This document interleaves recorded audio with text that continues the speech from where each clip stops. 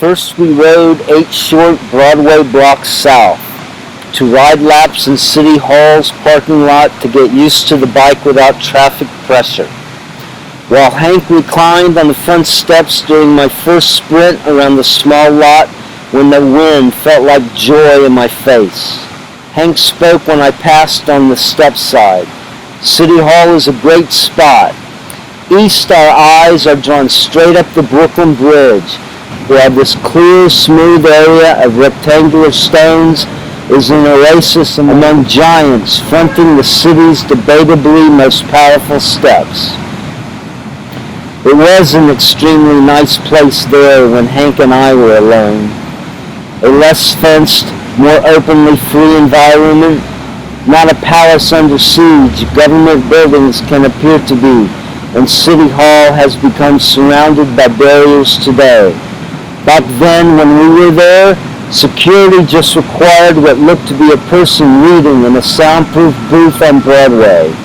Now, for the record, today's extra fencing still came about in the early 1990s, before the terrorist weapon of fear changed the city.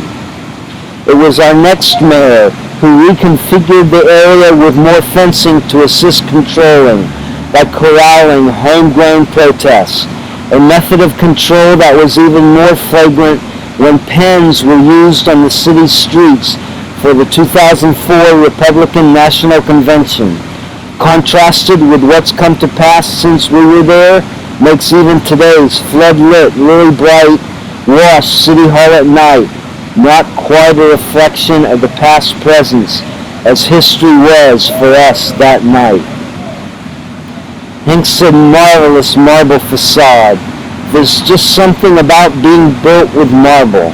He encouraged me to ride the asphalt fast to get it out of my system because we'll be riding slow, but especially slow in the little triangular park. Idiots ride hard where people expect to walk. I'm against cyclists taking unwarranted liberties. Then Hank tested me on the machine by riding along beside me to slow me down. So to save myself from falling, I had to fling my feet to the ground to pass the bicycle crash course in confident balance. Hank said, be prepared to react and surprised by anything. Except for problems people cause, the bike is humankind's greatest invention. I concurred beyond debate if you promise not to stop me like that again. He just flipped his hand for me to take extra laps and I did. Then joined him on a bench by the fountain at the southern tip of the park. He was sitting with his head back and right hand holding his crossbar, staring up at the Woolworth building.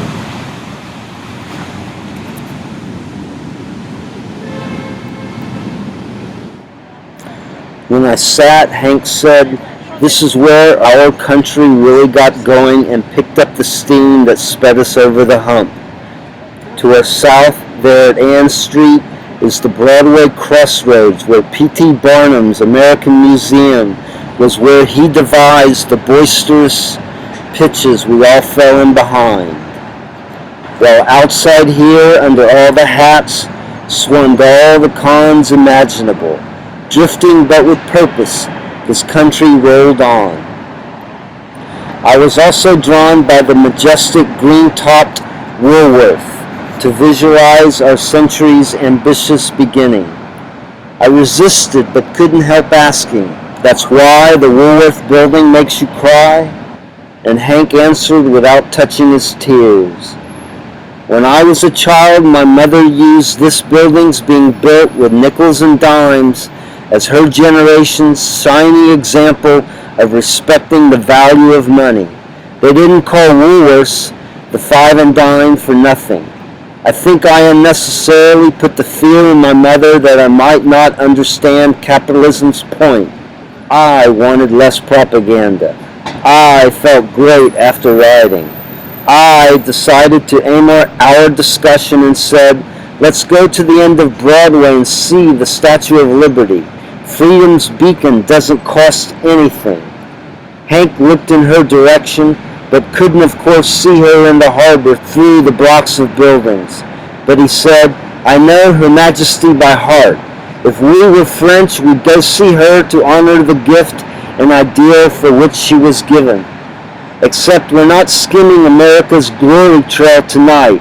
I'm after what's under the surface, holding the big top up.